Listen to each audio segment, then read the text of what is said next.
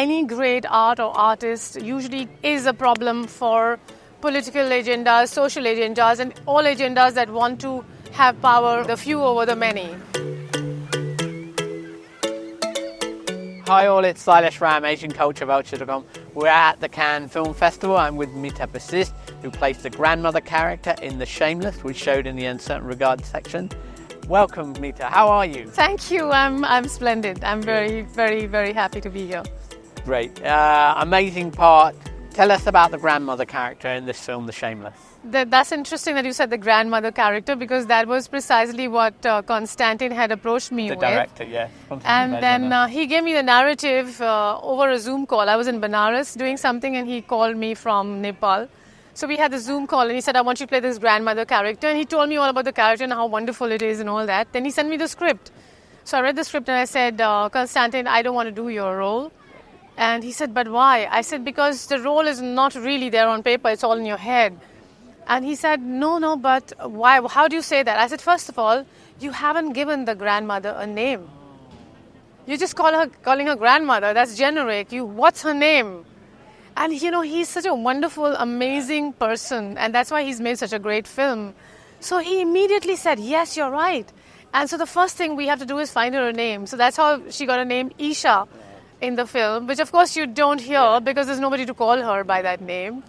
So this character is very wonderful because Konstantin and I sat and actually collaborated it together.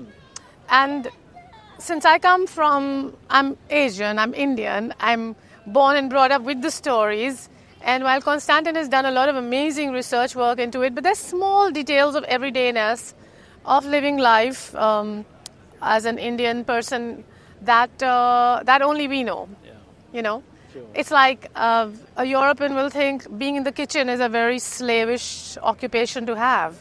But we know that in Indian homes, the woman who's in charge of the kitchen is the boss, Yeah. So these are the kind of details we got. So that's how we made the space for Isha as someone who's in the kitchen, who has a silent, very powerful power. And also, we felt strongly, both Konstantin and I, that because he wants to talk about a kind of sensitivity of the soul, the young girl, the main protagonist, the girl who's my granddaughter, Devika. So somehow Devika and Isha, that's my character, are actually, their souls are together.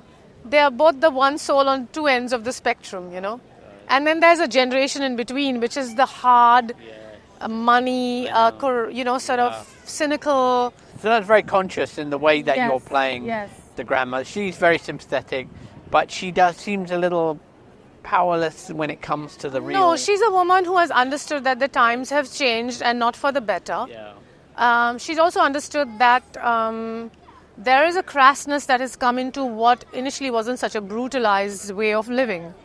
It has become brutalized now. It's all about money transaction and the body.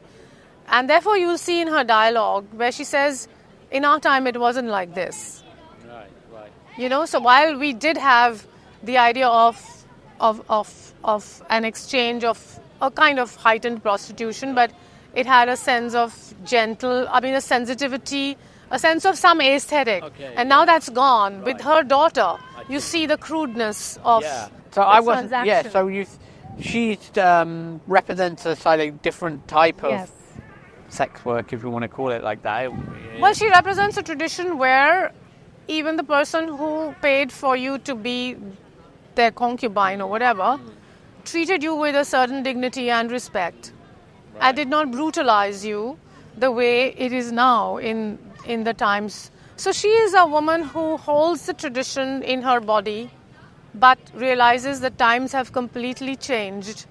Her daughter is the brutal aspect, but it's her granddaughter who is close to her soul and whom she tries to protect as much as she can. I think that intergenerational conflict is really interesting and plays out very well in the film. Yes. And did the three of you talk about that? Well, Konstantin and I definitely did. Right. Because he had already done a workshop with the other actors, and he still wasn't able to really find the grandmother's space the way he wanted it. And when he spoke to me and I told him that, it's not there, and he said, what is missing? And I told him this is missing and that. And he was like, yes, that's right. So he actually brought me down to Nepal 2 days before we begin shooting. So I wasn't part of the workshops or anything. And so basically this whole thing, and of course it affected the actresses because suddenly they were like, oh, but this wasn't supposed to be the interaction with the grandmother. But they were very sporting about it. They accepted the last minute growth, I would say, because it was for the better of the film. And what about future roles? Are the projects coming up? Sailesh, yes, I'm doing a lot of work in India, in Bombay, OTT and all of that, getting some awards and stuff like that for some of the roles, but I've never planned my career. Right, okay. I think it's impossible. It's like I hadn't planned this film, and I'd even said no to Constantine initially, and he was the one who said, no, I promised you I'll make the changes, do the film. So, imagine. So I think every role that I get is somehow a gift from the universe. It's always been like that. Thank you so much. It was Thank great you, to chat Sailesh. to you. Thanks, Abdul. Thank you. and enjoy. Pleasure. Yes. Yeah, thanks a lot. Thank you.